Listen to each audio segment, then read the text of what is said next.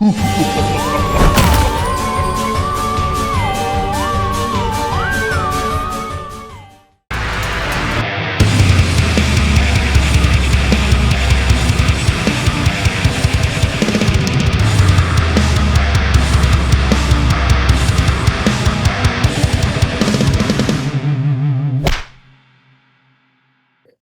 is happening, everybody, and welcome back to this week's episode Epicode. of GKDR. I am your hostess with the mostest this evening for episode 82, being recorded on Tuesday, November 4th. Garrick B. Eaton. And I am joined, as always, by my partner in crime, my brother in arms, DJ Civics. How are ya? Yo, what's What you doing? my What you friend? playing? I'm doing all right, man. Why is it Tekken? I was playing Tekken just cuz I am preparing for Saturday. I'm going to be out of town. Going to playing or casting? Both. I'm going to be doing both. Oh shit. Okay. Yeah. So I'll be casting my second ever in-person gig, so that's going to be super fun. Are you stoked? Yeah, I'm stoked. I'm pretty excited. I'm gonna be casting with my good friend, and one of my favorite artists is gonna be performing there. So I'll get to Nice. Technically, this will be like my first concert. So hell yeah, dude. That sounds like an exciting weekend. Then, all in all. Yeah. Also, breaking news. Zoran Mamdani wins the New York City mayor's race. Dude, yes, I saw that. That's fucking big time, dude. Huge, That's bro. big time. Yes. Huge, man. A well-deserved win, honestly. It has been a minute since I had looked into his campaign and platform, but I do remember a couple months ago, like August. I was pretty hot on some of his stuff, so that's sick. Hell yeah, man! It's gonna be such a big win. It's a big win, dude. Yeah, that's just a big. Honestly, that's a big win. That's just a huge, massive win for New York City. Honestly. I don't know, because even though they're but it's just a mayoral position. But it's fucking New York City, man. New York City is its own that's like Night City, right? You know what I'm saying? People, you don't just being the mayor of New York is crazy. It's a crazy huge fucking deal. You're basically you're basically mayor of the most famous city in the world. Yeah, dude. I mean, and it proves to people that people are tired, man. It proves to everyone that people want change. Yeah, change, man. And his whole campaign was just really sick. Yeah, it was. It was. And wow, it's crazy that he was able to be like, yo, Palestinians are people. What the fuck are we doing? And he didn't lose the election because it matters when we vote. But hey, we are not talking about the fantastic win for mayor for the is it mayoral elect until is that how that works? I think he's officially elected, so we can say he's mayor of New York, Mayor Zoran Mamdani. Mayor, yeah, hell yeah. Mayor Mamdani, congratulations. But we're not talking about that anymore because Soldier Boy up in it again, man. New World, no more. Nintendo rejected, and the robots don't want what's in my pockets, and much more, because this is Good Kraken's Death Ratio, where we are slashing through the podcast space to be your source for all the nerdy video game news, reviews, and discussions that you want to hear each and every week. If you want to get ahead of the curve, though, you can head on over to our Patreon at patreon.com/GoodKrakenPods, where you can submit questions and topics to the show, get exclusive content, and have early access to episodes before they go live on podcast and video services, wherever you like to watch or listen. You can also help us level up our game by joining the GK community on our Discord channel by clicking the link in our description section below, then subscribing to our podcast channel by searching for Death Ratio and leaving a review there. Yeah. DJ, Leave a review. please tell the folks at home what our first thing of the evening is, as always. It is something you need to know, okay? Something that's in your fucking ears, in your head, your mind palace. It's You need important. it needs to hit right there. It needs to hit It might all be the vital critical parts. information It is the critical hits. The critical hits. Tell that to the 27 dead patriots and their families. That was not the soundbite I meant to play. And I forgot that was in my favorites. I'm not going to lie. My bad. But we have critical hits, not talking about 27 dead patriots and their families. But big important news reminder. First and foremost, if you only care about one critical hit all evening, it's that December 11th we are live reacting to the Game Awards. We do not have a time because there's not a time posted yet. We don't know, but as soon as we know, you'll know. But December 11th, we do know, is when it's happening. We are preparing. We are getting ready. It is our favorite event of the year, and we are excited as always to spend it with you guys. Be there or be for equal sides. In a shape. As always, please check out goodkraken.com to see all of our merchandise and the latest episodes, including episode 189 of the Shipwreck Show, which is now live, where we talk about some weird news. And I have a really hard talking about the most unserious GQ article I've ever read in my life, where the word nutmaxers is in the headline. All right. And it's fantastic. If you want to hear more about nutmaxers, listen to that episode. As always, you can also check out our latest episode of 20,000 Films, our horror movies back, talking about are we in a new peak era of horror film. As always, we did not have a recording on Halloween, so that is previous week's episode, so we do not have a new on that just yet, but we are doing a review of Predator Badland coming up very soon this Friday, so new 20,000 Films coming up soon. Also coming up soon, we have new episodes of Songs of the Abyss recorded and being edited and on the way to you guys. Our new format looks beautiful and awesome, but it requires a little bit more time and patience from our diligent daddy mommy. So please bear with us as we prepare those lovely episodes for you. I think we have 3 cooked up now, and they're all really good. Been really exciting. And those are our critical hits, folks. So thanks for listening to the things that are going on in the GK sphere. But we are just gonna keep it right on rolling along as we're lining it up. We're lining up. The game's coming out in the next week in our next segment, the line of sight. Line of sight. Whoa. As always, we are going to be visiting Game Informer, who now has their little monthly thing on the side again, which I love. Fantastic, great news. And we will be talking about the latest games coming up in the next week from the time of our recording, November 4th through November 10th, next Monday.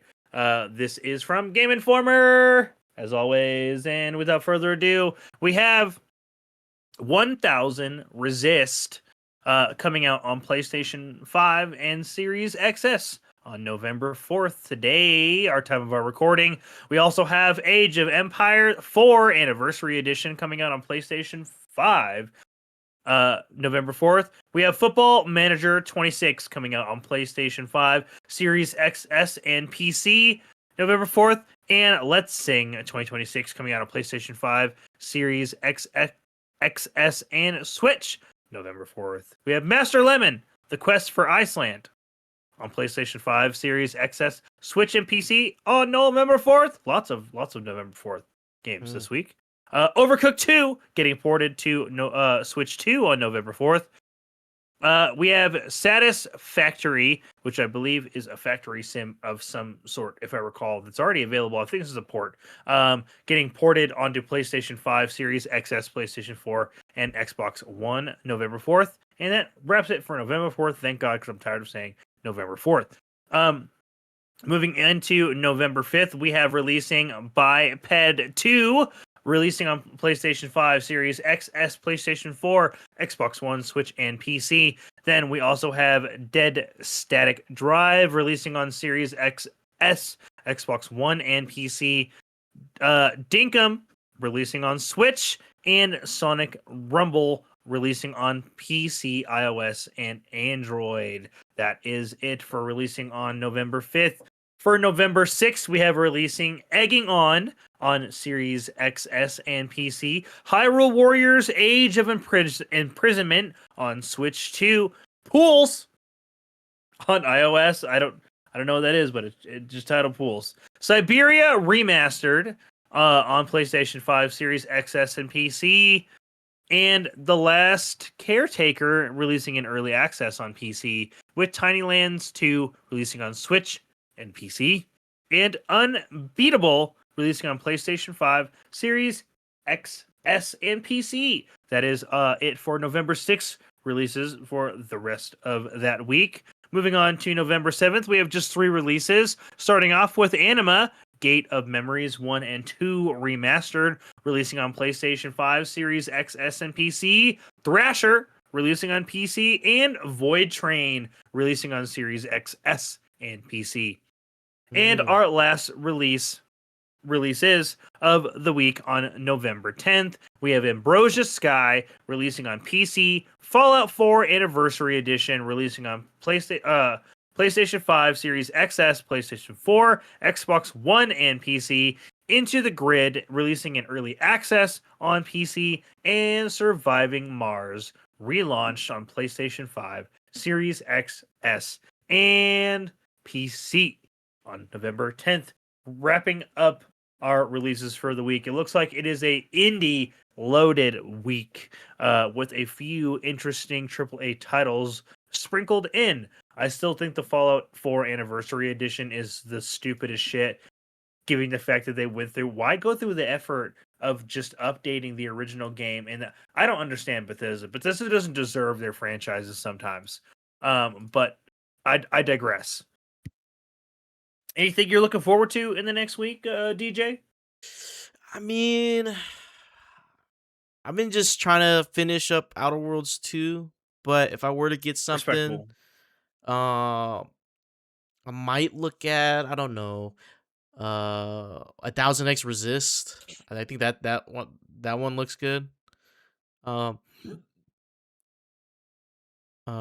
But dude, that's if I only had a for Switch console. too, I'd be getting Hyrule Warriors. Dude, I yeah, like no. the If I had a original. Switch, that would be Hyrule Warriors fucks. Like those. Also, are really fun. Overcooked 2 on the Wii Switch U would I played it on. be pretty fun. I've never played Overcooked. I think I have a couple copies of it. It'll definitely through, stress free you out. versions, It's but I know definitely it's like it's it's one a of fairly those. stressful game. It's a stressful game, but at the same time, it's like Monopoly. You know what I mean? In the sense of, if you ask your friends to play, one guy fucks up, and then all of a sudden it's an argument. You know what I mean? You know, it's like, I was chopping the onions. I was in the. You're in my station. You got it away. Yeah, it's a. it's like that. Yeah. Oh God, maybe I don't do that because I actually worked in a kitchen, and Yeah. that sounds really frustrating. But yeah, I have seen like just odd clips in there. But yeah, is that Overcooked? You said that was one of the ports getting released, yeah? Yeah. That would be great for Switch 2. I mean, Overcooked 2's been like, Overcooked 1 was like not a cult classic, but it was definitely very well received. Well loved, yeah. Yeah, well loved. Overcooked 2 is much more of the same, maybe just a little bit more elements to like polished. Yeah, cuz like it's not just like, oh, you're managing a restaurant. It's like, it's also kind of like a platformer in a sense, or like sometimes the stage will shift, or like there's like different mechanics that like come through. Oh fuck. You know what I mean? Really? Yeah. Okay. So there's a lot more depth. to the Interesting. game. Interesting. Yeah. Yeah. Don't buy Fallout 4 Anniversary Edition because you probably already have the brand new update that they released. Like I don't fucking know, not that long ago. Yeah, I don't know uh, what the logic is behind I don't anniversary understand edition of Fallout 4. Bethesda's releases for anything. Because it all just feels like, hey, we know we don't have a new game. Do you want to buy this one again? Mhm. We added a little bit of stuff. It looks a little bit nicer. Mhm. That mod that you really liked, we Not gonna work integrated no it more. It's gonna be we like we integrated it in a slightly lesser version for your yeah. end user pleasure. All those mod packs you've been downloading. So those are all gonna be like obsolete as soon as this update goes live. So you just have to wait like for a few months Yeah, for those guys to fix your that. carefully arranged load order Yeah, fucked. fuck that. Fuck all of it, dude. Fuck all of it. Fuck all of it. Now all Anyways, your mods you enjoy got this new optimize it. release. Yeah, enjoy this new release though. Uh, Yeah, Make dude, sure to use for your fucking real. creative club, creation club fucking points. Make sure you use nothing but official mods. Holy Uh, hell.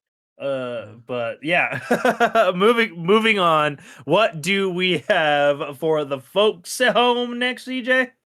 We We got that good stuff. The got good stuff. we got the good stuff, man. We got some little bites. Little bites. Yeah, Uh, little bites news. what? Damn. I don't know why, but every time there's like a word in Spanish that is currently eluding me, Un but it's poquito? like no, not un No. poquito, because that just means like a little. But Yeah. like it's like it is it's the Spanish word for like a snack Oh. or like, but it's Uh, like a small snack. It's like specifically, it has like a name. I don't know. I can't. It's really frustrating me because like I can hear it playing in my head if that makes sense. But yeah, but like, it's not formulated. You're like, not in a way yeah. that I The can't. But neurons are it's firing, there. but they're not connecting. Like, you know what I'm Yeah, saying? like I don't know, like I swear. So viewers at home, if in the comments section, if you know exactly what obscure word in Spanish I'm referring to right now, that for whatever reason Little Bites makes me think of, that is somehow related to snacks, please let me know. It's bothering me a great deal. It's been bothering me for several weeks now, which is why I finally said something. It's been wildly irritating. But I digress. Moving on to what you guys actually want to hear about. The interesting video game news we have for you guys. Yes, sir. Yes, sir. Yes, sir. We'll go ahead and we'll go back and forth on these. I will take our first one if you want to take the second one there, and then we'll just do these four back and forth. Starting with Soldier Boy is being a terrible person again, trying to sell a rebranded, already patented retro handheld console as his own. If you want the dirty details on this, that is available at GameSpot from Cameron Koch. I've got the article up right here, so I'm just going to tell you guys a little bit about it. But Soldier Boy is selling quote unquote he's selling his console that he made. The Soldier Boy game Flip. It's a big deal. No, false. It's literally just a rebranded, already existing console that's patented in the US called the Retroid Pocket Flip 2. I've seen ads for these things for like years. They've been around for a minute now. And does it shock anybody? Like, Literally is not the first time he's done this. Yeah, Like he is a terrible person who does he's done this things. before. Like he's done this before. Like literally, he's This done this exact thing. before. Like this exact. Like he bought. In this case, well, in this case today, he's doing it without the permission of the company. That is, of course, yeah. It's not like a partner product. Yeah, He's not like getting. It's not like a special collaboration. This motherfucker just bought it and is now reselling it for $209 over market value because he's a piece of shit. Because he did this with the Anbernick, I think. That's the name of the company. Like years ago. And Oh, that was something interesting, but I think it was with Amberden, like they partner with it. I don't know. I have no clue. I mean, he's always been into games, but like I think But dude, he he just has does too much money, shitty dude. shit. I think when you get too much money, I think you just try to shortcut it, and I think he does shortcut it because like there's clips of him like enjoying video, like he bought he bought the Japanese version of Yakuza before it came to the States. Like, and he's playing it. I don't know. I don't know. So Soldier Boy is just yeah, man. That's Soldier Yeah, Boy. man, he reminds me of like in of this reference may not land with you particularly, but somebody listening at home will get it. But he reminds me, he's like the Johnny Craig of like the rap world, which is like this dude in like the underground like alternative metal scene who Mhm. just does hella drugs. And then there was like this whole scandal where he like sold a bunch of fucking MacBooks Mhm. on Twitter for like $800 a pop, Yeah. and just never gave them to people, Yeah. like dozens of them. And I don't know why, but like this story reminds me of similar to that. But just goddamn, dude, just like I don't know, man. Like maybe just take the proper connections, and if and people might actually want to do a collaboration with you. Yeah. You're not really relevant or anything.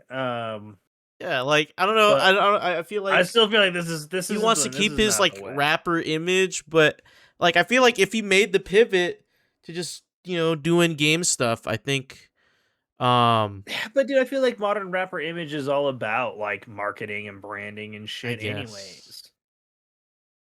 I don't know if you wanted to I don't understand why he did this. It was an interesting thing. But just know that he you can still currently purchase this. It's like it's still available. He's still doing this exact thing. But he doesn't have permission from Retro Dodo, the maker of Retroid, to be doing this at whatsoever. So buy weird shit from Soldier Boy at your own risk, I guess. That's your PSA. Mhm. Yeah. Yeah. No, that's yeah. Don't trust Soldier Boy. Actually, just don't trust him at all. Yeah, just don't trust him. DJ, hit us with the next one. We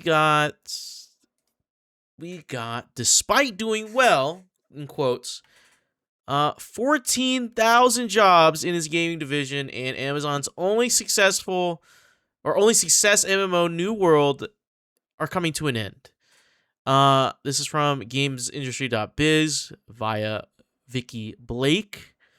Um, yeah, I heard this news of New World shutting Dude, down. do you know how many fucking people texted me when that announcement got made? They're Dude, like, "Bro, did you hear about New World?" And I'm like, I don't want to fucking talk about it. Like I was like I played it when it originally came out. I just repurchased it on my PlayStation 5.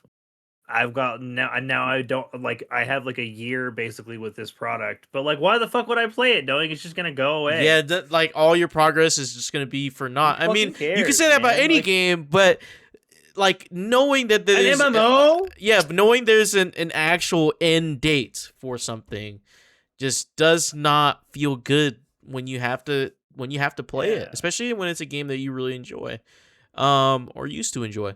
Man, I played the pre-alpha for this thing. I really enjoyed it then. Not so much when it released. I couldn't really get They into changed a back it. lot.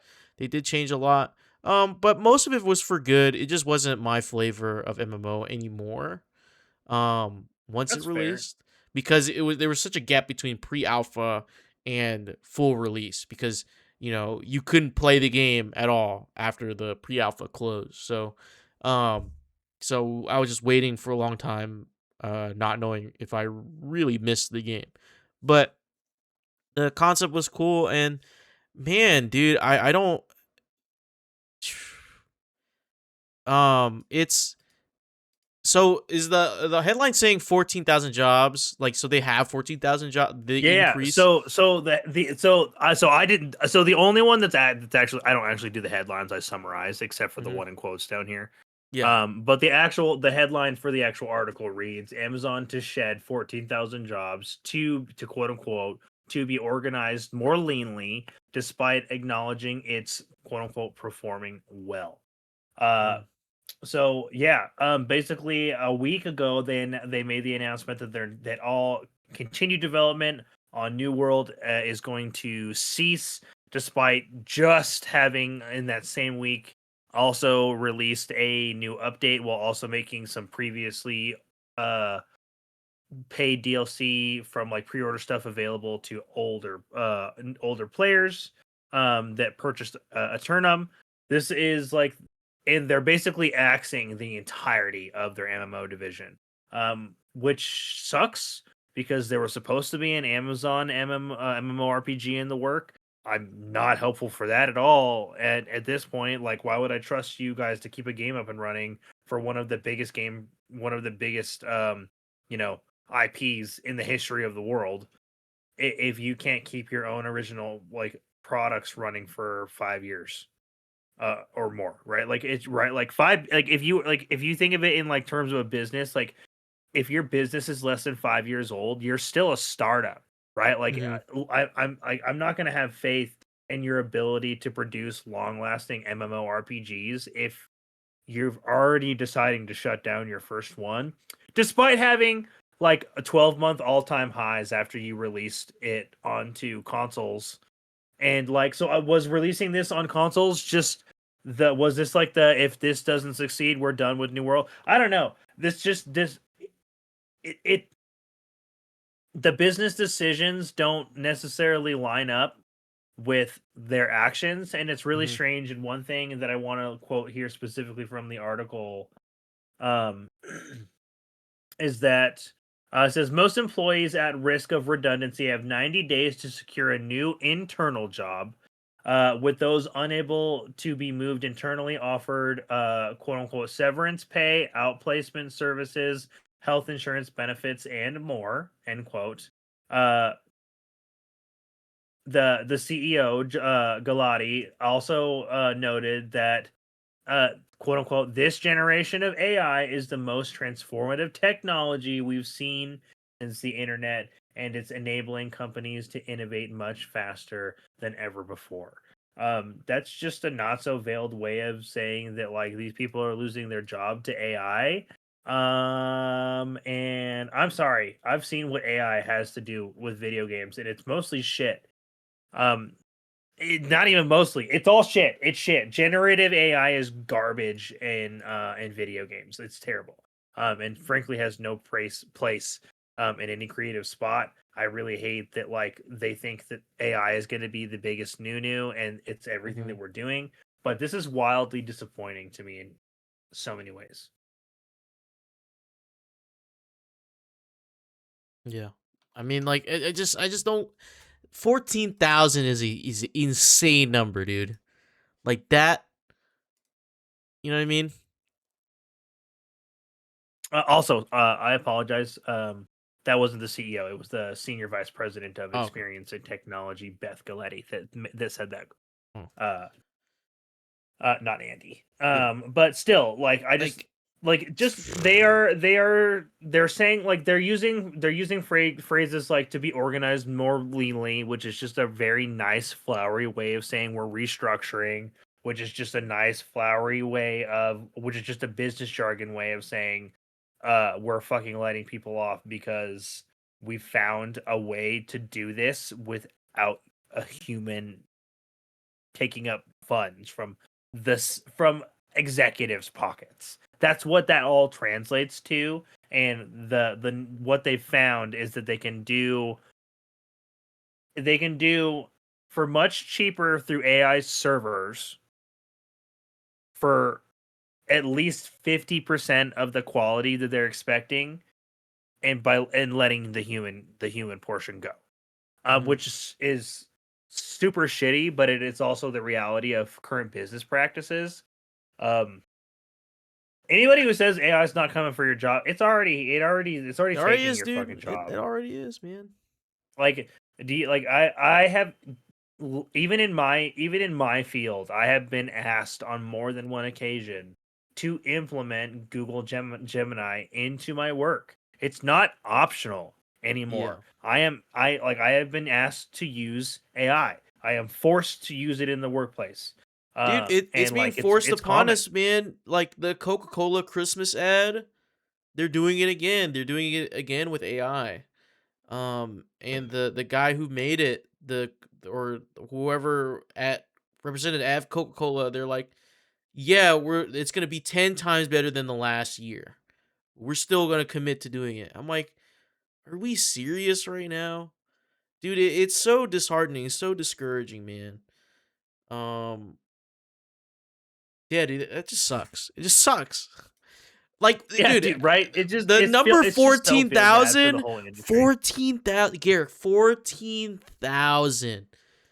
Yeah, and that's like that probably means nothing to Amazon. 14, like, I don't think there was even 14,000 people let off in the games industry in the past like 2 years. Yeah, and they're just axing like an entire portion of their division because where they're just like, New World failed. Nobody else gets any opportunities. We're giving everything to the robots. Like, dude, it's just it feels almost fucking outlandish at times where we're at in this industry. Yeah, I like it. It's just crazy. It's just crazy. I mean, I have no words, dude. I have no words. And Yeah, and and you're just like, okay, cool. You're like, you guys yeah. in one fell swoop have just like you said, laying off or like potentially laying off like what the industry has laid off in like the last year and 2 years. Between them and Microsoft, man, get your fucking shit together. But we have some more fucking bonkers ass news because Rockstar is being accused of union busting after suddenly laying off between 30 and 40 employees for quote unquote gross misconduct and for no other reason.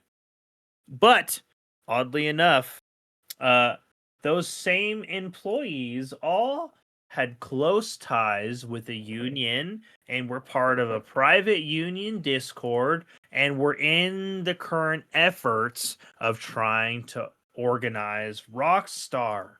That sounds an awful fucking lot like union busting to me.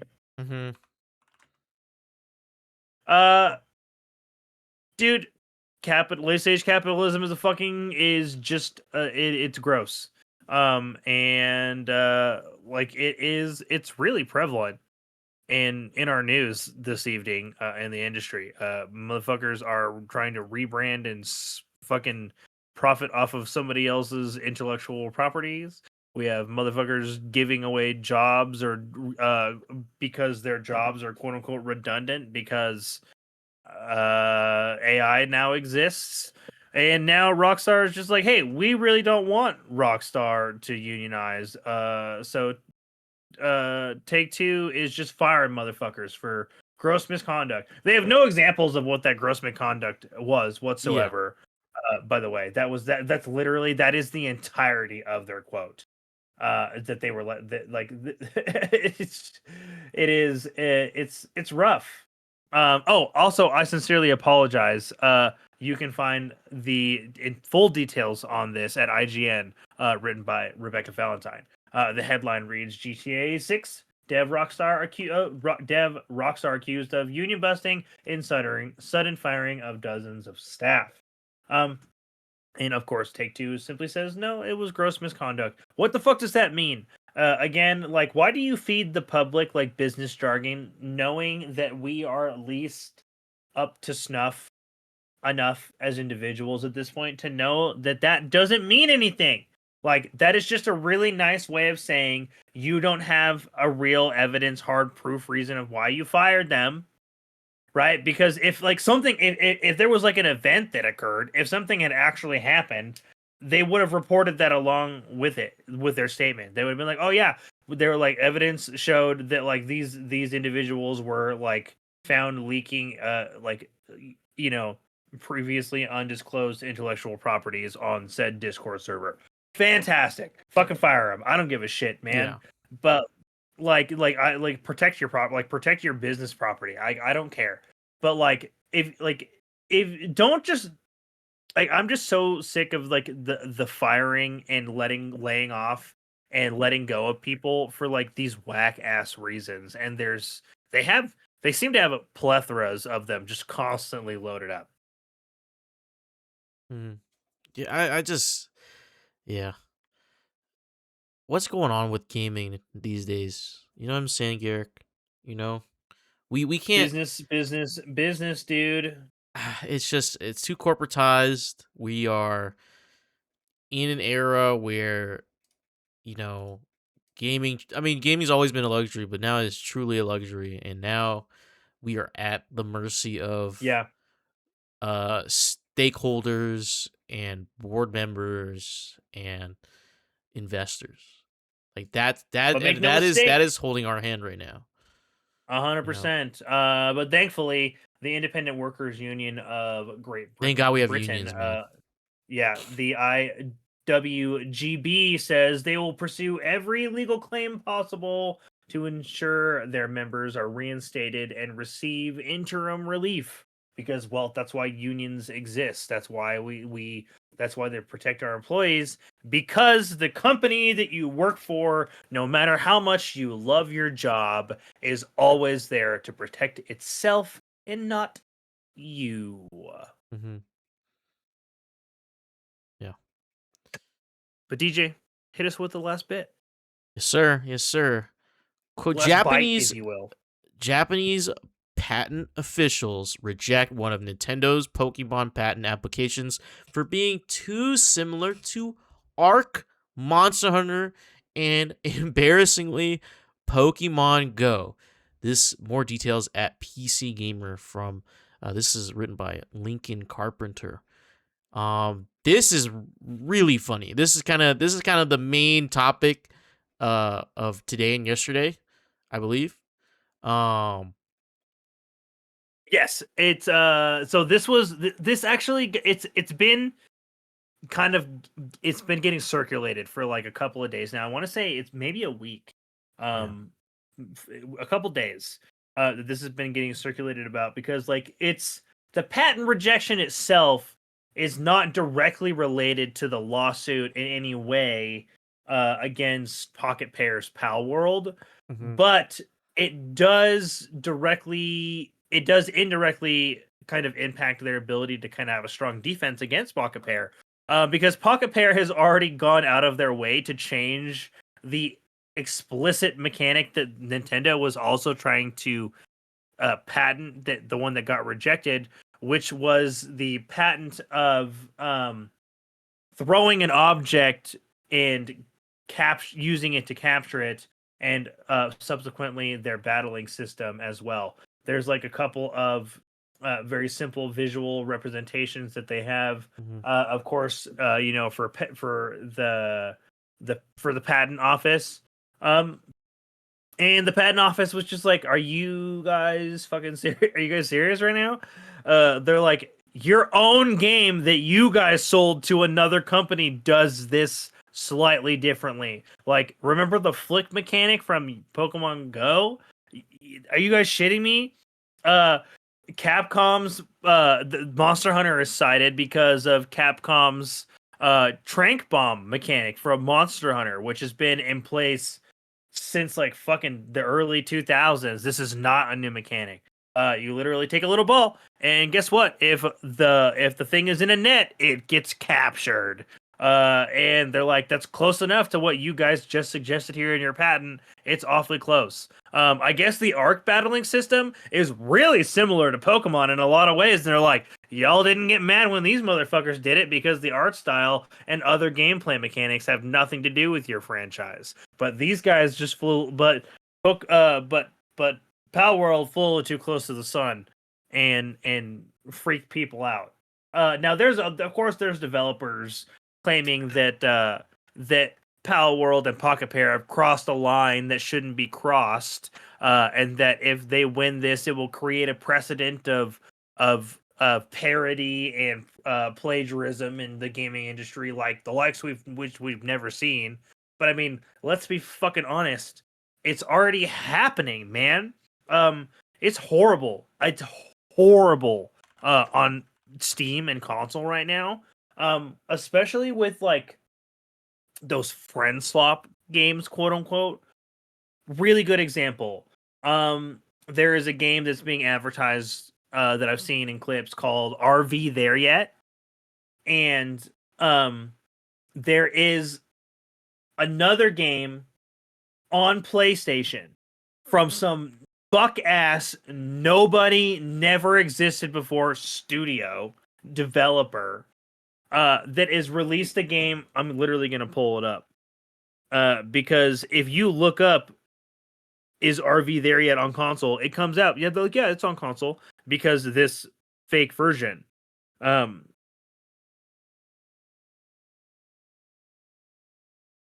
Yep. Literally, the game is fucking titled RV There Yet? Out of Here. It is the exact same title with just 2 extra words and an exclamation point added at the end. Yeah. But if you look at it, it is mechanically fucking identical to the actual title released on Steam. Yeah. And it's fucking crazy. Like, this shit's already fucking happening, man. And it has no, I don't fucking think Pocket Pair was the one that started that snowball down the hill. You know what I'm saying?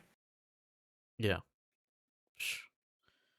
Yeah. It's like, just people were stealing other people's ideas forever. Yeah, we're just and it's dude, and it's gonna get worse with AI. Like, speaking of the AI earlier, oh my gosh. Yes, because AI's whole thing is stealing other people's fucking ideas. Because it's not a person. It possesses no originality of its own.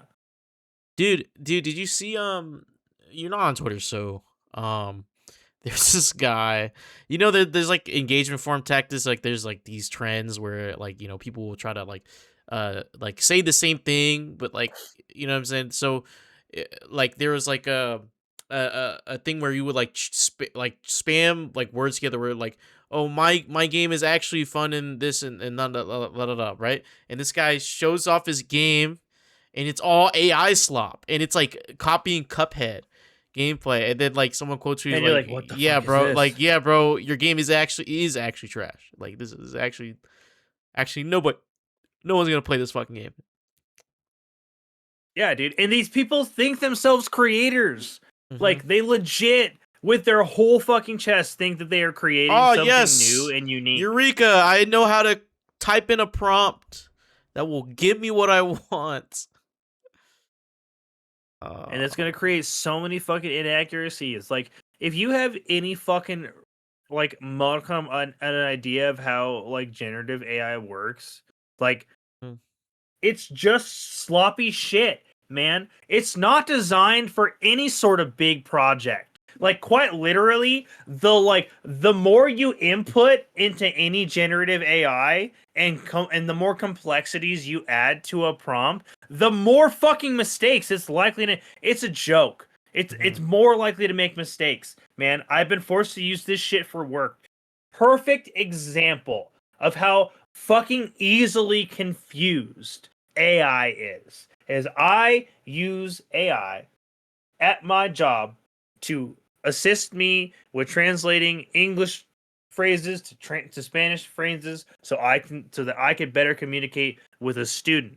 I use it because fucking 8 out of 10 times it is simpler and more straightforward than the Google Translate app, which requires me to talk into it, and that fucks it up for other reasons, right?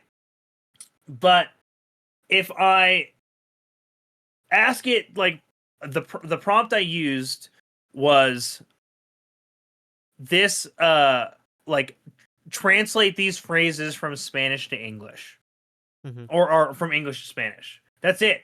That was the whole prompt. Okay?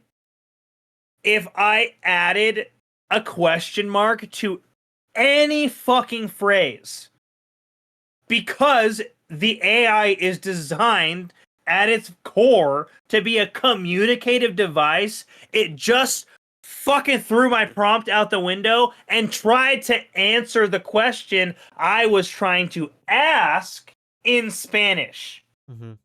So it literally took my English phrase and just answered it via AI in Spanish, completely ignoring the original prompt because it fucking confused itself by just me putting a question mark. And Yeah. y'all think it can develop a whole ass fucking game? You're insane.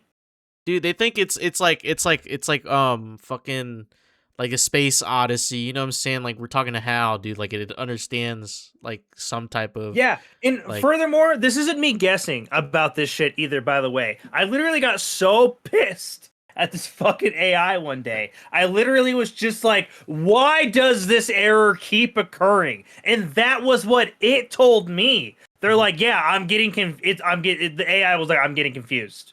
it's like, yeah, And brother, then it's I just like, don't know. Like I actually yeah, don't know and then what it's you're talking just about. like, I'm sorry I made that mistake. I will remember and correct this doing this in the future. I was just like, sick. Translate this phrase. And then it immediately did it again, dude. Yeah. Immediately did it again. Because it's not fucking designed for that shit. Like, it's not Yeah, it's not designed like to it's be like like that. because isn't it like it's not I mean like you feed into it, but like it's only like more like the next iteration that like kind of like it expands upon Yeah, like its knowledge. yeah, Like and like there's so many limitations. And like just to bring it back, to like circle back, like Jesus Christ, like we are in an era in this industry where people are constantly stealing people's ideas. AI is threatening everybody's fucking jobs. Nintendo is so afraid of somebody making a product similar to their own that they're making bullshit patent claims, just hoping that they're going to stick to try to win a lawsuit that they literally do not need to win. By the way, they have no precedence to win this lawsuit, and the patents that they're trying to get filed are just to protect assets that they don't need to protect. Because again, this is the most lucrative, profitable franchise in the world, right? Pokemon is like literally the most profitable franchise on the fucking planet. It's worth billions of fucking dollars, dude. And so make no mistake, them losing this patent doesn't mean shit. But it is interesting to see that even the Japanese patent office finally has had enough of Nintendo's shenanigans, enough to the point where like, are you guys kidding me with this Yeah. crap? They're like, we have 4 other games off the top of our dome without doing any research from It's like- our files. yeah. I love how they're just like, hey, use so mechanics similar to these. it's like this game, it's like Ark, it's like Monster Hunter, and it's like Pokemon Go, like your own Pokemon Go. One of your own titles. Yeah. Come on. Yeah. Yeah. That's really hilarious. I love how they're Get cucked, they're just Nintendo. like stop. Yeah. I'm glad they're they're saying no to that. So I don't know. Fucking samesies, man. Samesies. Yeah. Well, that's it for the news. Yeah. But we are not quite done yet. We are headed into what, DJ? The Da-da-da. Endgame. Oh yeah. Our final segment for the evening, the end game, where we are covering our priority topics, doing those big old reviews, and having discussions about all of the biggest things in the gaming industry. It is review season as we are in fall and winter, folks, and we are happy to keep those video game reviews coming. Tonight, we are bringing another review to you guys for the recently released Arc Raiders. And that review is going to be brought to you by yours truly. Some information about it. Arc Raiders was developed by Embark Studios, published by Embark Studios and parent company Nexon, and their previous title, their one and only previous release is The Finals. Arc Raiders released on October 30th, of this year, on PlayStation 5, Series XS, and PC, and a little bit about it. The synopsis of Arc Raiders, ripped right from their website, is as quote-unquote follows. Arc Raiders is a multiplayer extraction adventure set in a lethal future Earth, ravaged by a mysterious mechanized threat known as Arc. Enlist as a raider and scavenge the surface to thrive in a desolate world, but beware of the machines. Beware of raiders preying on others. Oh yeah. This is our latest release into the ever growing trying to make the latest and greatest genre, extraction shooters. This is a really interesting game, actually. I played Tech Test 2, and I played the Server Slam and really enjoyed my time with it. Obviously enough that I decided to spend the $40 and actually pick it up. But Arc Raiders was originally supposed to be a PvE-centric, co-op style, free-to-play game by Embark Studios. And that is no longer the case. It is now a PvPvE extraction shooter style game with a base price tag of $40. So let's talk a little bit about what sort of experience that has led to from its initial development. Basically, this game changed because the developers straight up said from their own mouths that they found the game so boring that their own dev team didn't want to play it. So they switched it up, for better or worse, because people have really strong opinions about extraction shooters, right, as a genre, myself included. I don't primarily game on PC just due to hardware reasons, so you're not going to see me playing Escape from Tarkov, but I have played Hunt Showdown, which is another prominent extraction shooter, which has kind of lasted, if you will, because there's not a lot. I feel like there hasn't been a ton of releases in this genre, but they don't. You gotta make an impact really quick to be able to have any sort of life. And there's some really important reasons for that. The king of extraction shooters, which I'll just mention off the dome, is obviously Escape from Tarkov. Like, that's the one that everybody knows of when it comes to the genre. It's almost like the extraction shooter. Like that is honestly, Arc Raiders is simply too new for me to say it is the extraction shooters, right? Despite whatever opinions I may share here. But yeah, Tarkov is like that is the extraction shooter. And so obviously, like, it has some direct comparisons for that. But as mentioned, our Arc Raiders is a little bit different. It takes place in a ravaged Earth.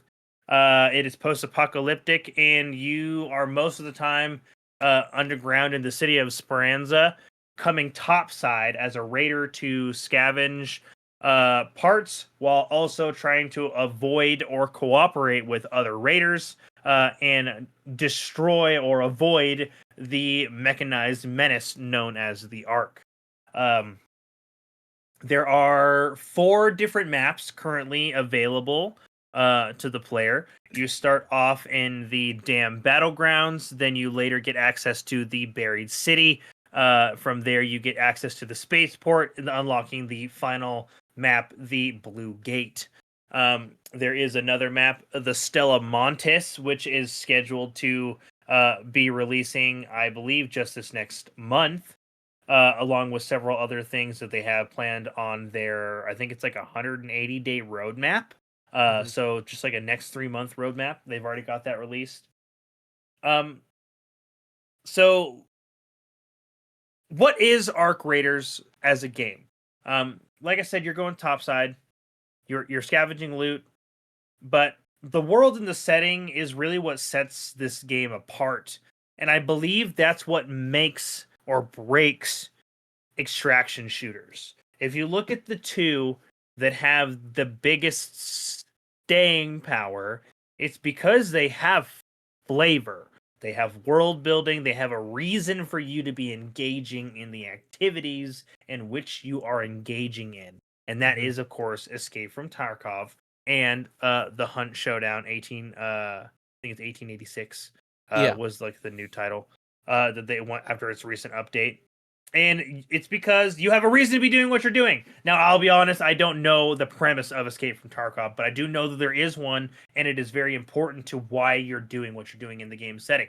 But I have played Hunt Showdown, and you're a cryptid hunter set in the South, man, and you're like, this is straight up how you earn your fucking living. You're going out and you're protecting people's rural spaces and their farms and other oogity boogity haunted shit. And you're clearing that stuff up and earning your fucking bag, man. Like, this is your job. But it's a cutthroat job, kind of like being a bounty hunter, and there are other people after that same bag. And you're fighting those as well as the monsters in the land to be able to make your stake your claim and make your stay to be able to progress further. Arc Raiders is very true to the genre in that case. Earth is fucked. It's blown away, man. There is nothing left. People don't live on the surface anymore. They live underground because it is simply uninhabitable. Because these robots are everywhere. They are called ARC, capital A, capital R, capital C. What that stands for, I don't know. It is a bit of a mystery. But they're everywhere, and they take place in all sorts of different shapes and forms, and they want to fucking kill you for no other reason than the fact that you are a human flesh bag. When you are on the surface, they are a massive threat. You are walking around, you are exploring derelict buildings, you are breaking into containers, unlocking doors, all while trying to avoid the various forms of ARC in the world.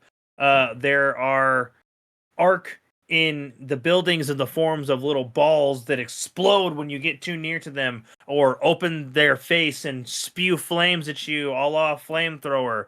The most common ones you're going to see are the various types of drones all over the maps, from the snitches that call other ARC to your area and cause them to crash land and start fucking your day up, to the Hornets and the Wasps, which are like the quadcopter style drones equipped with stun guns or machine guns to take you out. The Rocketeer, which is like the mini boss big boy version of the drones. The menacing Leaper, which you'll see walking around the map, that heaven forbid if it gets your attention, it is coming at you at Mach Jesus, and it can leap incredible distances incredibly fast. It will get to you. It will pivot itself using its thrusters in the air. It will try to access you through buildings, all sorts of other stuff. The Bastions, which are these big crab-like motherfuckers with mortars and machine guns that are patrolling the rural areas, and the massive Queen that protects the Harvester, that will appear randomly on maps, which is currently the biggest ARC we have available to fight. They're all terrifying. They will all kill you very quickly, and they all want you dead for the sake of being dead. But they are only one threat. Because, like I said, this is a PvP VE game, and while you are trying to avoid the ARC, you also have to be aware and wary of the other raiders on the surface and topside on the various maps. Whether you're running solo, duos, or up in the max of a 3-man squad, you are constantly going to be on the lookout for other players. This game does feature a proximity chat, which I highly encourage all players be using at all times. It's amazing what can be diffused, because the ARC want you dead for the sake of you being dead. Most raiders just want what's in your fucking pockets. But a lot of raiders also don't want to lose what's in their pockets. So especially playing solo when I'm topside, I've diffused a lot of situations with other raiders by just being like, hey, I'm friendly, I'm just passing through the area. I need this item for a quest. I will grab it and leave anything else in the containers and fuck off.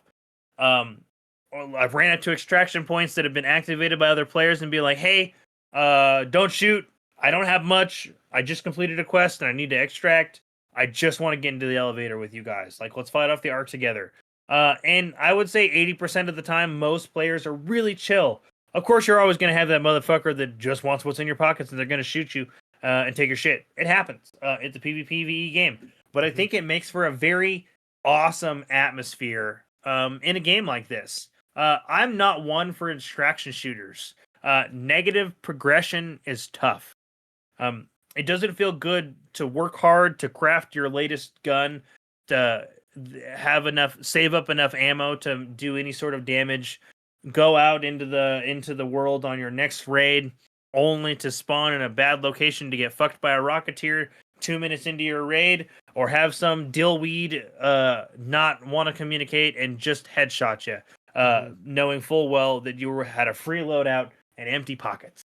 It happens, but Arc Raiders has things in place that I would argue other extraction shooters don't have to keep you playing. The biggest one being the one that I just mentioned. It's got free loadouts. You don't have to spend your precious credits to unlock a new hunter like you do and then even more money to give them weapons like you do in Hunt Showdown. You're not losing every fucking thing you were carrying on you every time you die, like in Tarkov. Because you have the ability to just use a free loadout, man. If you lose it, whatever, man. It's not anything that you had saved up preciously for in the first place. The con to that is you don't get the opportunity to have a safe pocket, which you do for all of the other augments, like which are like your shield augment, your combat augment, or your loot augment, which affects the size of shield you can carry, your slots, and how many safe pockets you have. To the point to where like the free one has its cons, right? Like you get a bunch of free randomized stuff to be able to just hit the ground running and run out topside to do whatever you need to do. Hopefully you have a successful run. But you don't get a guaranteed, well, if I die, whatever was in this safe pocket comes back. Which is the plus side to building your own loadout. Obviously, if you're doing your own loadout, you get to choose which weapons you're bringing. You get to choose which size shield you're bringing. You get to choose which size and what quality weapons you're bringing, which is another pro to building your own kit to using a free loadout.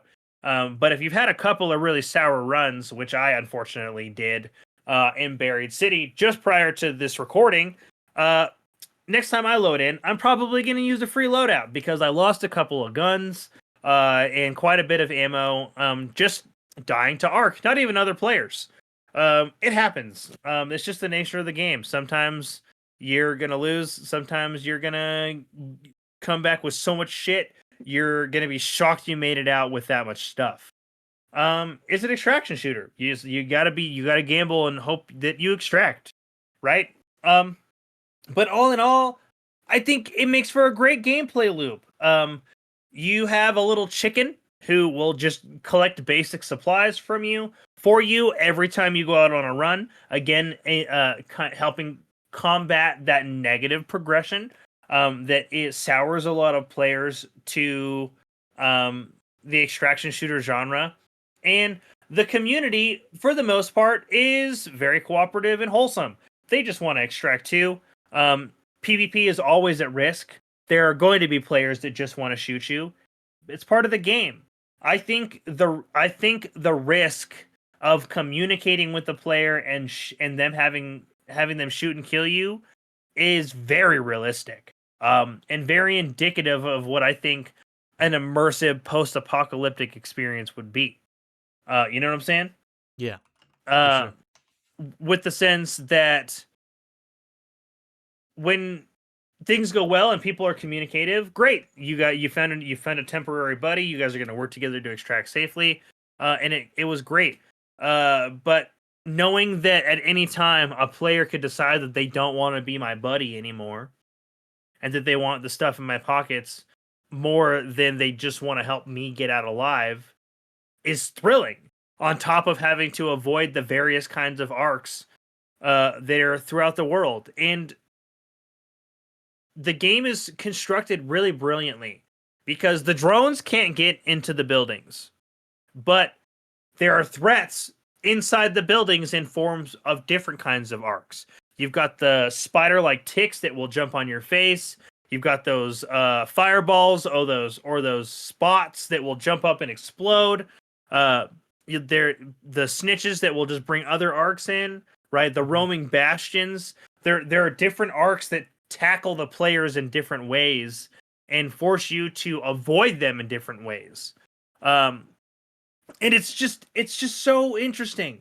And I never thought I would be game to engage in an extraction shooter genre like this. I enjoy shooting and fighting at the arc. I enjoy the thrill of having to avoid them when necessary. I enjoy the 50-50 chance of whether or not a player is going to shoot me or help me. It feels very immersive. And I've talked about it a lot on the podcast recently, but immersive experiences are really important to me as a gamer these days. Even when I have some bad runs, I know there are ways for me to get back into the game, and I want to continue playing. I want to complete my quests, which is another way to keep the players engaged. You're not just going out and looting stuff, you're helping your community. You're gathering specific materials by looking in specific places, right? If you want rusted tools, you've got to go to a scrapyard, or maybe you've got to look around some apartments. You're going to be asked to eventually fight specific arc to try and gain parts for because they have various uses to your community. You are going to be given daily tasks of potentially fighting your fellow raiders to be able to get currencies for the decks, which are this game's like season pass or battle pass. Right. You are going to be given tasks to go out and repair things in the world, like repairing an antenna on a field depot, or going out and stabilizing bridges in nearby areas, which just doesn't necessarily do anything mechanically for you, but it thematically gives you something to be doing in-game to progress your story and your sense of belonging in the world and why you're going topside each time. Again, also always engaging in that ability to search and loot each and every container. And searching and everything is rewarding, even if it's empty. You get experience for everything you do in this game. Nothing is for naught. You look in that container and that container is empty. Oh well, you got 200 experience for scavenging, even though the scavenge was unsuccessful. You shoot an arc, awesome. You extract via a raider hatch over an elevator, awesome. You get experience for that. There's just so many different ways to engage and get access to things, and in a way that the game wants to keep you playing, which is just something so fundamentally different than what this genre offers. You're going to hear the phrase, the extraction shooter for people who don't like extraction shooters. I believe that's a half-truth. Because at the end of the day, if you don't want to deal with other players just randomly shooting you and taking all of your hard work supplies, you're going to fucking hate this game. It's because it is going to happen. The community is awesome most of the time. But is there going to be a motherfucker that griefs you? Yeah. Is there going to be a person who's not going to want to communicate and be cooperative? Yeah. Is that going to make you feel bad? Yeah. But guess what? It's part of the game's fundamental design. So people clamoring for things like in a PvE exclusive mode, I'm sorry, you're preaching to the choir. The devs already said we went away from that because it was boring. And I gotta say, I kind of agree. If the Ark was the only threat in this game, it wouldn't be super exciting, and I wouldn't be playing for very long. Because once you understand the methods of the robots, at the end of the day, they're just robots, right? The fireball arcs and like the rolling ball arcs are just one gigantic walking weak point. Every drone arc, aside from the Stitcher, has like a 45-degree vision cone in the front of them. Half the time, you can walk right under them because they're deaf. I've discovered, right? I understanding that the weak points are for the drones means shooting their thrusters rather than their shielded bodies, right? Once you understand these, you just understand them, and that's knowledge that you've gained forever. I never know how that random player is going to interact with me, right? I never know how that fellow raider is going to choose to be helpful or hurtful. And that's another part of what makes this game is thrilling, right? It's real. You're going out into these this graphically amazingly beautiful post-apocalyptic landscapes, ravaged by these robots, just trying to survive to help your community, and that's what every other raider is also trying to do, right? It feels like you have purpose, and it feels like you've got real risk. There's stakes in this video game, right? It's like this game feels like playing or watching a movie or TV show where you're not sure if your favorite character is going to make it to the end of the season, right? Right. That's awesome, right? It's thrilling. It's good, compelling television. Now, is that TV that everybody likes? Fuck no. Because some people want their favorite character to have plot armor and to make it from episode 1 to episode 150, have their happy ending, have the credits roll, right? So I can't in good conscience tell you as the people at home that this is the extraction shooter for people that hate extraction shooters. It's not. This is the extraction shooter for people who were not sure if extraction shooters were for them. This game is atmospheric.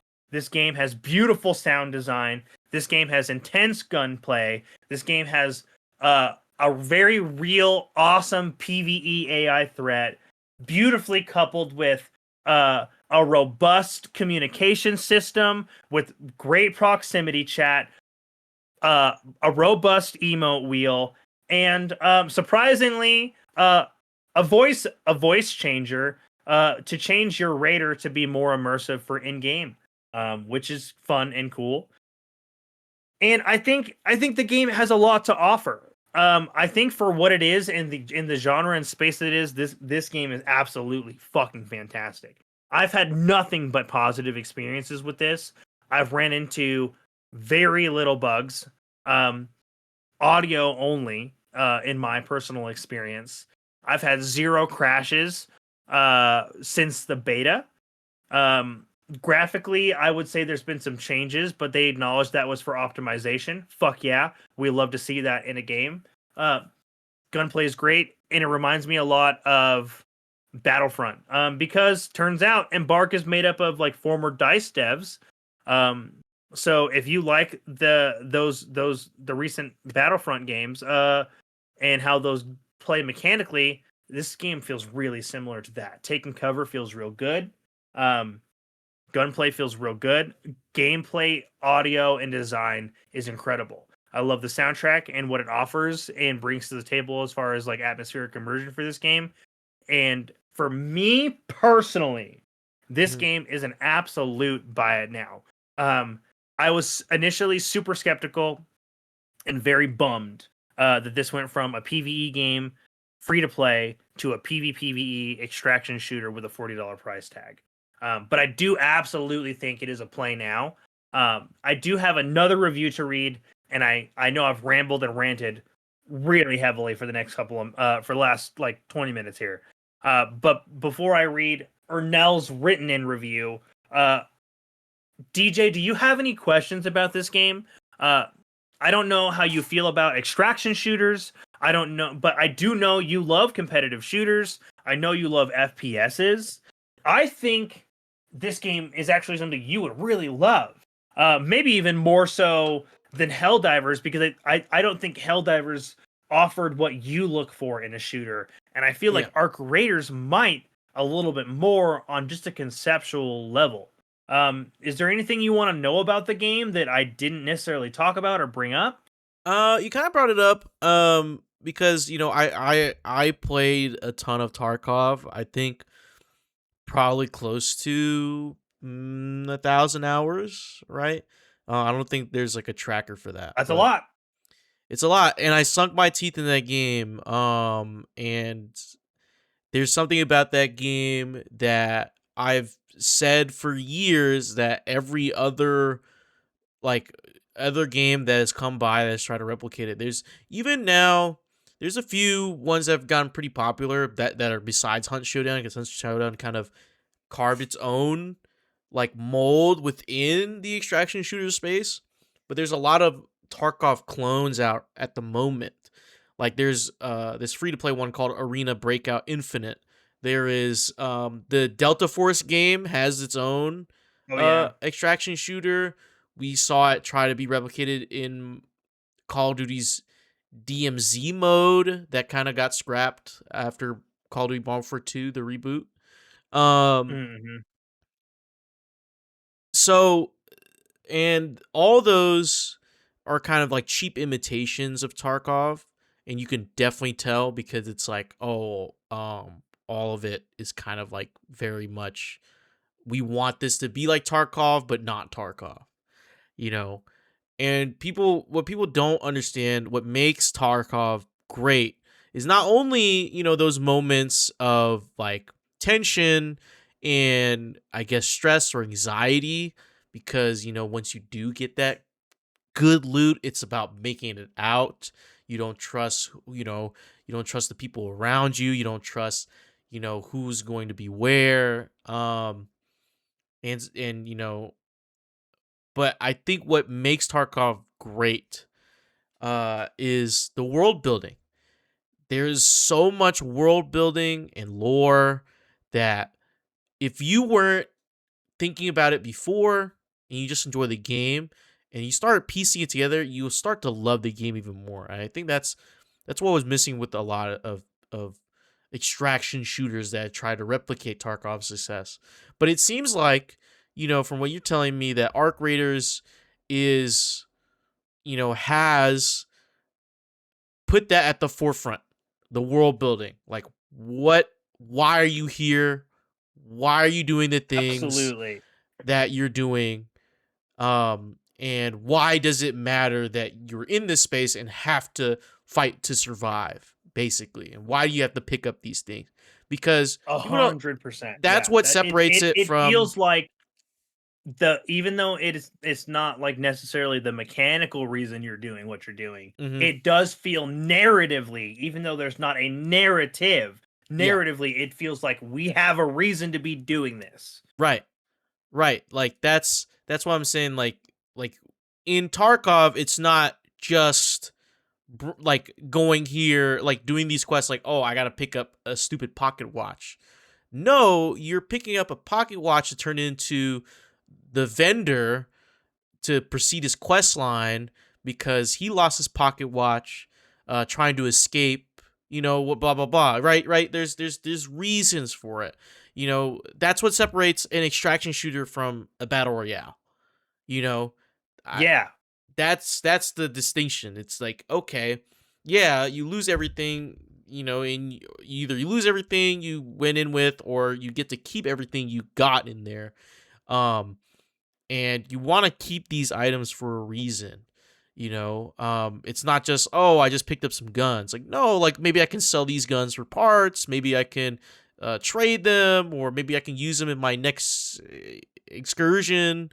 Or wait, oh, Yes. I have a quest that's in or I have a task to do something in this area, and I know there's a lot of long spots where I can peek. Maybe I bring out my sniper rifle. Maybe I gotta find something Yes. with a Yes. scope. Yes. You know? Yes, this definitely gives almost exactly what you just described. Yeah. Perfect example is like I have a quest right now on my list where it's just like I need to collect I need to target specifically these arcs and I need to kill X amount of these arcs and I need to collect certain parts from those arcs. Mm-hmm. So like okay, the drones easily enough. I can take those out with pretty much every basic weapon. I know how to deal with those from like mid to long range. But like one thing that was just like, okay, I need it. It's tasked me with getting something from a snitch specifically. And I was just like, okay, well that's a little trickier, right? Because the snitch is a snitch. Its whole purpose is to call other arc nearby. Right. But the game is obviously designed around its audio and its gameplay and its gunplay. So I need to kill the snitch, but I don't want the snitch to kill me, and I Right. don't want it to alert me. So I made sure I had to craft a weapon called a Pharaoh, which is like a heavy armor piercing, a strong armor piercing, like single fire rifle, and I happen to just have a silencer, which I attached to it. Right. I found it. I went to the damn battlegrounds where I was familiar with like the layouts of the buildings, right? Rather than going to the buried city where I've not spent as much time. And there's a lot more like narrow sight lines where I'm way more likely to get snuck up on by Arc or other players, right? Where if I'm at damn battlegrounds, I can be like, oh, I can just go to the top of this building. I can get some really clear sight lines between me, other players, have that silencer on, and so I'm not drawing other players to me trying to take this arc out while still being able to complete my quest, take that arc out, go loot it, and get the fuck out of here. And so like, yeah, there's like there's you're thinking about why you're bringing what you're bringing for your loadout, what you're doing, what tasks you're trying to accomplish, how those tasks affect what sort of shields or like what sort of augments you're bringing, right? Like if you're going to fight Arc, maybe you're not bringing a loot module, right? Like you don't need extra backpack space. You need a heavier fucking shield so you're not dying to Arc really fast, right? Or you're out on a heavy loot run, right? So you want to make sure you've got like an extra safe pocket. So you bring like a medium, right? You bring a medium thing and you want the extra space for your backpack, like that sort of thing. And it's really like it really makes you think about like why you're doing what you're doing, why you're going out to for each of a task. And it gives me like the same sort of thrill that I get from like my zombie survival games, where it's just like I feel like I'm really surviving in this world. And it's very intense and intimate gameplay. I love the setting, right? Like the Arc show, the mechanized force known as Arc, like descend from orbit after like Earth was nearly destroyed. Then like all the rich people fucked off into outer space and just left the regular folks back behind. Arc ravaged the Earth. The planet ends up destroyed, right? And like now you survive underground in this massive underground city. But there's still all this good stuff up there. And this underground city is just running on broken parts constantly. Like you got to keep the city up and running. But like it's a big city, right? With lots of different people with lots of different needs, right? You might be going out and getting some gun parts for this one individual, but that other section of the city needs those gun parts for to dismantle for like they need the wiring to repair some other shit, right? And so like that's where like it narratively speaking, you versus the other raiders does occasionally make sense. Is the Arc the great threat? Absolutely. Do you want to partner with your fellow raiders? Absolutely. But even myself, if I know I need advanced electrical components and I show up to the research lab, right? And I'm noticing that many of the containers are either searched through or have been at the very least already open. One, my head's on a fucking swivel. And two, I'm going to ask you if I can have what's in your fucking pockets. But bitch, if I need what's in your fucking pockets, I'm taking it, right? Like, I'm not opposed to engaging in PvP myself. I don't want to, but it's part of the game. Ignoring it mechanically is dumb, right? Yeah. I'm going to communicate first and be like, hey, if you have an extra advanced like electrical part, I got a couple of things that what do you need, right? Yeah. So, like, let's do a quick swapsies and be on our way. But like, if I'm standing there and you're standing there and I'm like, you got any spare parts? and you just walk off and say nothing, I'm gonna be like, that motherfucker's got some advantage. He's got shit I need. Yeah, he's got shit on And him, bro. He's got shit on him. And all the other containers I just searched didn't have what I need. I'm sorry, dude. Give me what's in your pockets. Right? Like, it's just the nature of the game. Like, Devin has a great philosophy towards these games that he's carried over from DayZ, which I think is fantastic and has helped me get into this game without being salty about it. It's not your loot; it's just your turn with it. Yeah, for sure. And that's a great mentality to have. Sure. But yes, that I feel like in terms of like the narrative and world building and the presence of for why you're doing what you're doing,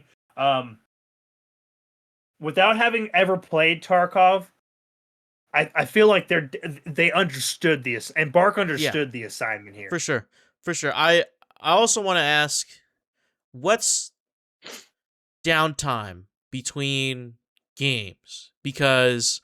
Or between instances, between raids. Because in Tarkov, the inventory system is kind of like its own game.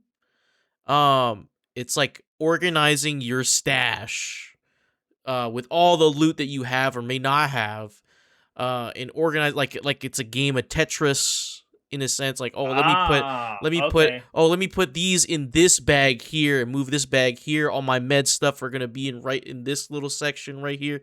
So a lot of the times between raids, because most raids either end like right off the bat, or you spend 30 to 40 minutes trying to get out with like some big loot. So you're either like, so half of the time you're actually just in the menu, just, all right, okay, let me break down this gun into, I'll put the barrel over here. This gun scope is useful. Maybe I'll put these the things I want to sell right here. Let me put this on the auction block. Oh shit, I'm running out of space. What can I sell? That's the whole thing. Is like, oh shit, I need to bring in a new kit. I need new armor plates. Maybe I gotta this and that. What's the downtime between matches, and is it enjoyable? Whilst you're kind of recovering from the last raid and prepping for your next one. I would say it's a fairly streamlined experience compared to what you just described. Like perfect example, like say you had a successful raid, like you find the raider hatch, you extract to the elevator, the subway station, what have you, on the various maps, you make it back to Esperanza. It goes through like your loadout, and it goes over some stats. The first thing is it loads the map up, and it shows where you spawned in, every place the entire path you took for that raid, every place you stopped, every container you opened, every interaction you had with player, everything you shot at, everything that shot at you, up to where you either died or extracted. That's the first thing that happens. So you can digest that data as you will. I like it. I like knowing where I got loot from, because it tells you where you you went here and you got this from this container at this time. And I'm like, okay, sick. I know I can come back here in the future for this shit. It will tell me what kind of arcs I was fighting in a general area. Then after that, you go to your inventory menu. The biggest thing that, based off of what you described, that is very different is there is just an unload backpack button. Just literally done. Everything that you collected from your backpack that you didn't manually put into your loadout immediately goes to your stash. Stash is slot based. So it is you have X amount of slots, and then like each thing is one square, right? Right. But so rather than it being like I'm assuming based off of what you said, like in Tarkov, where like if you're looking at your backpack, a sniper rifle might be like three squares wide by 6 squares long. Yeah, like that. Where like a can of, like a can is like a 1x1 or some shit, something like that. This is more just like everything is a single square in your backpack. Once it is in your backpack, it takes up so a square. like a regular you inventory. Can have a stack. Yeah. Yes, very traditional inventory system. once you're back in Esperanza, you've got your you just literally you hit your inventory. You can go to your stash. There's several different tabs. You can sort by category. You don't necessarily have to manually sift through things. There everything in your category in your stash is like has little icons to represent like whether it's a crafting item or a weapon or a Okay. quick use, etc. So you don't have to you're spending less time sorting. Lots of visual information to help you sort through what's there, what's not. And then So uh I'm go ahead. assuming when you're in game looting, it's the same thing. It's just like it just takes up like the one slot Yep, in your exactly. backpack. Okay, But there is a weight and stamina system, I see. which Okay, that is makes sense. very important. So the more you weigh, the slower you move, the more stamina you get used up, down to the point to where you can Hmm. carry over the weight available to you, but you'll experience encumbrance, which where it will limit your things like sprinting or your ability to dodge roll, Yeah. et cetera, et cetera. There are other things that impact that outside of just the loot that you put into your backpack. Carrying heavier duty shields while offering you more protection Mhm. do slow you down just by the nature of them being a heavier shield outside of whatever affected weight that you're carrying from having shit in your backpack. So I you see. have to acknowledge that you have a base starting weight based off of the equipment you're using and that you're going to gain weight by picking shit up out in the world, and that's how you have to balance that out. There are very real times where you are running from arc, and I have literally had to open my backpack, drop shit on the fucking ground, and just leave it the fuck there because if I didn't, I was going to be too heavy to make it away alive. It happens. Sometimes you got Yeah. to drop your shit to get lighter to get away. That's how you kind of balance your inventory against survival. Yeah.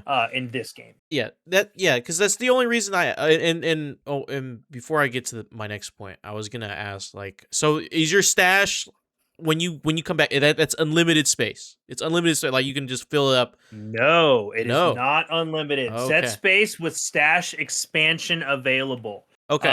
There is something called expeditions that you unlock at level 20, I believe, which is the prestige system Okay. in this game. So you can spend your credits to increase your stash. I think it's like every time you upgrade, it's like 20 slots you Mm-hmm. get somewhere thereabouts, like 15 to 20 slots. I haven't like been paying super close attention to like the increase. I just know it's an odd number. I have 112 slots in my stash, Yeah. so it's not like a flat number.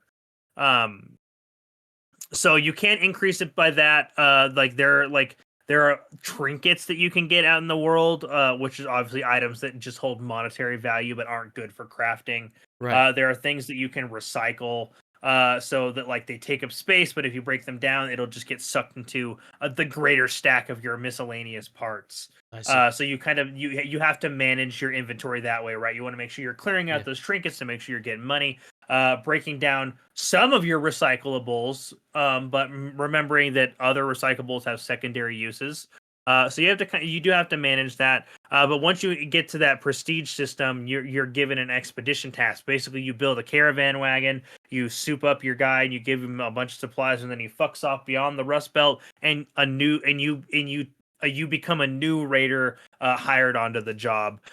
You get to keep all of your stash and stuff and things that you unlocked for that, but all of your other things like your skills and et cetera for that raider reset.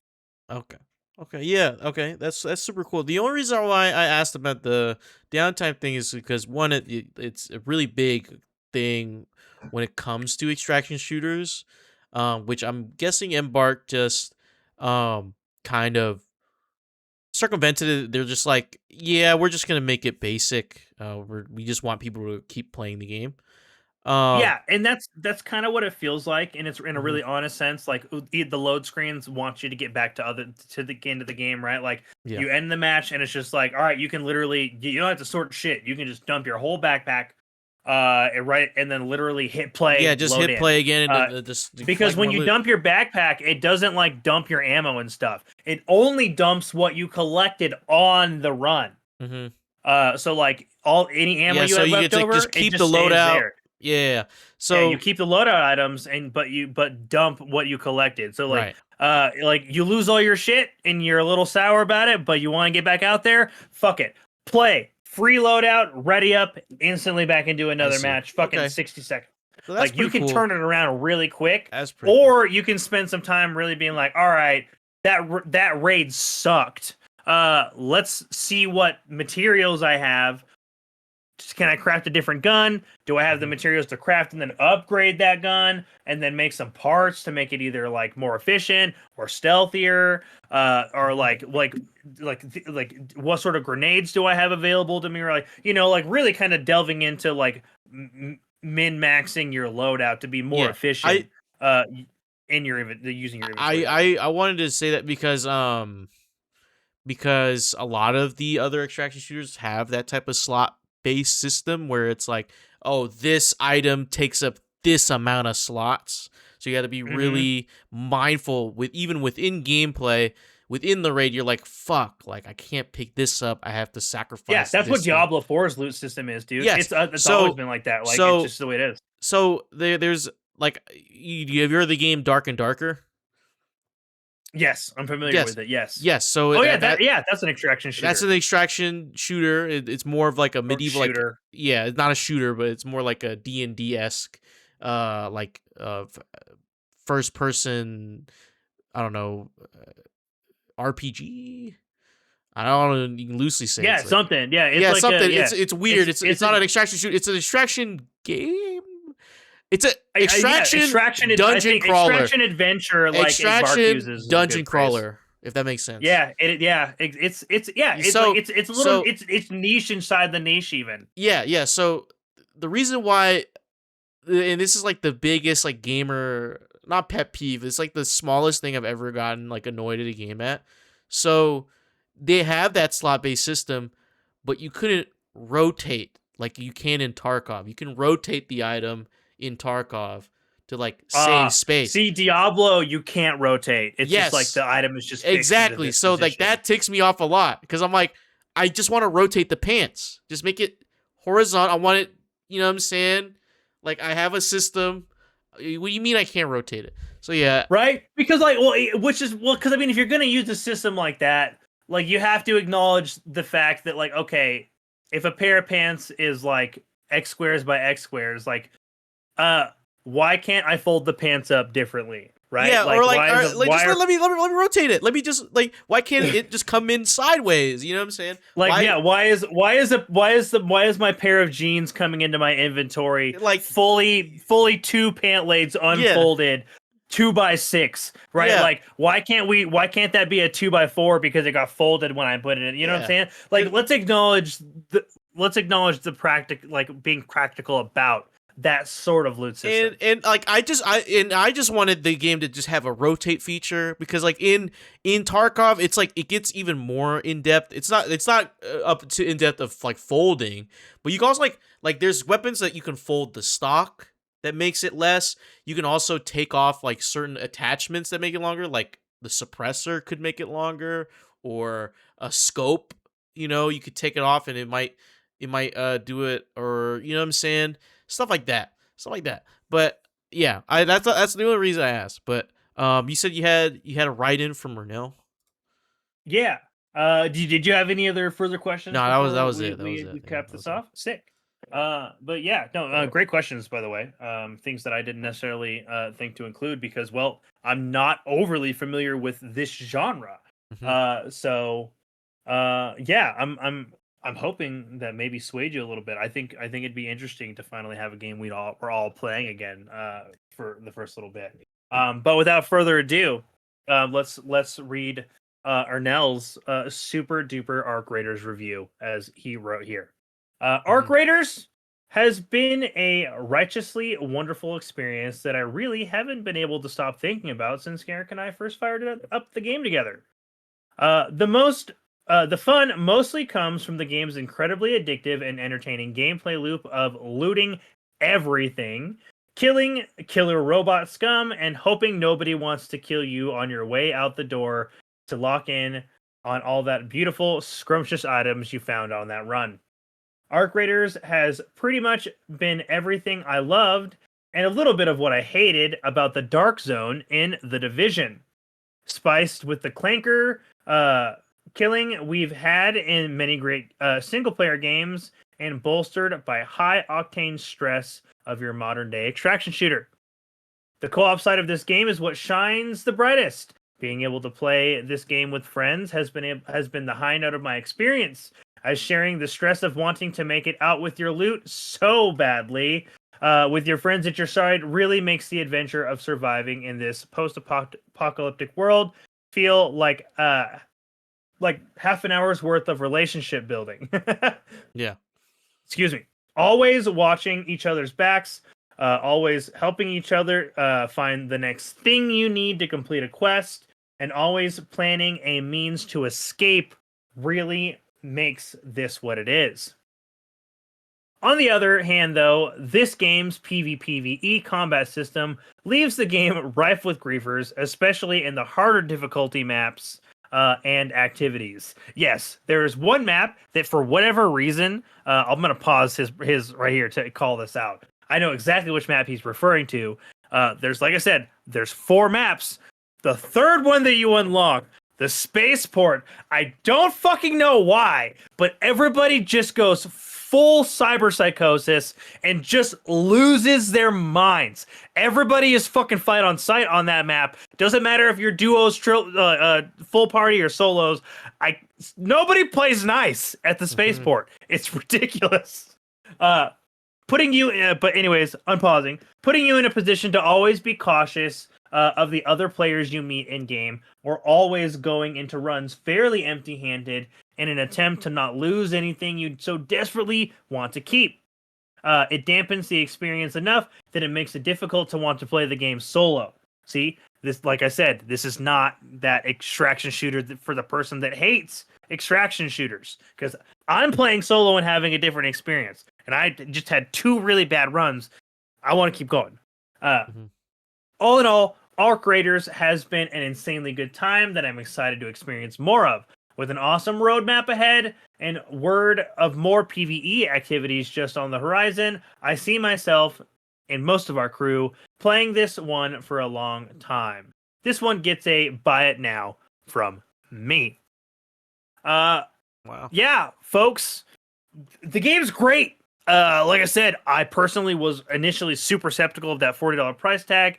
The change of PvE to a PvPvE, it makes sense. Everything about this game and its setting makes sense. The gameplay loop makes sense. It feels good. It feels like it's respecting your time despite it being an intense extraction shooter. My stash is constantly full, even when I'm got bad runs. Free loadouts keep me engaging in the gameplay loop, even when I've had a couple of times where I've lost my hard-earned stuff, because I know I've just got the opportunity to earn more at a later date.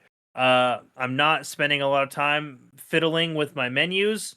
I'm just going through what I do need to craft, what I don't need to craft, what's going to make my loadout more efficient, and getting back topside to that next raid, getting out and fighting against those arc robots and scavenging the surface as fast as I possibly can. So 2 play it nows from the GK crew. DJ, mayhaps we have influenced you to eventually pick up this game and give it a try. I would be absolutely thrilled to play this with you at some point. I think, like I said, that this has got something for you that Helldivers just didn't quite have. And I think it'd be really interesting to see you play this game. I could see you streaming this even. I feel like this has the essence of a very DJ game cooking behind it. Yeah, I might give it a try. Yeah. But let us know what you guys at home think of Arc Raiders. Do you guys think it is that next big extraction shooter? Right?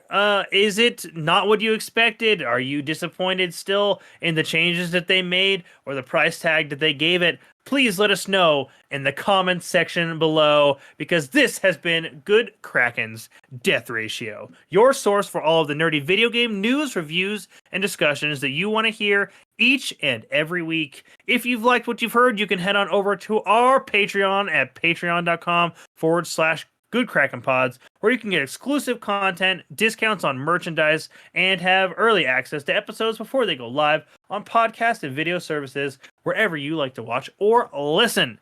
You can also help us level up our game by joining that GK community, though, by joining our Discord channel, by clicking the link in our description section below, then subscribing to our podcast channel by searching Death Ratio and leaving a review there.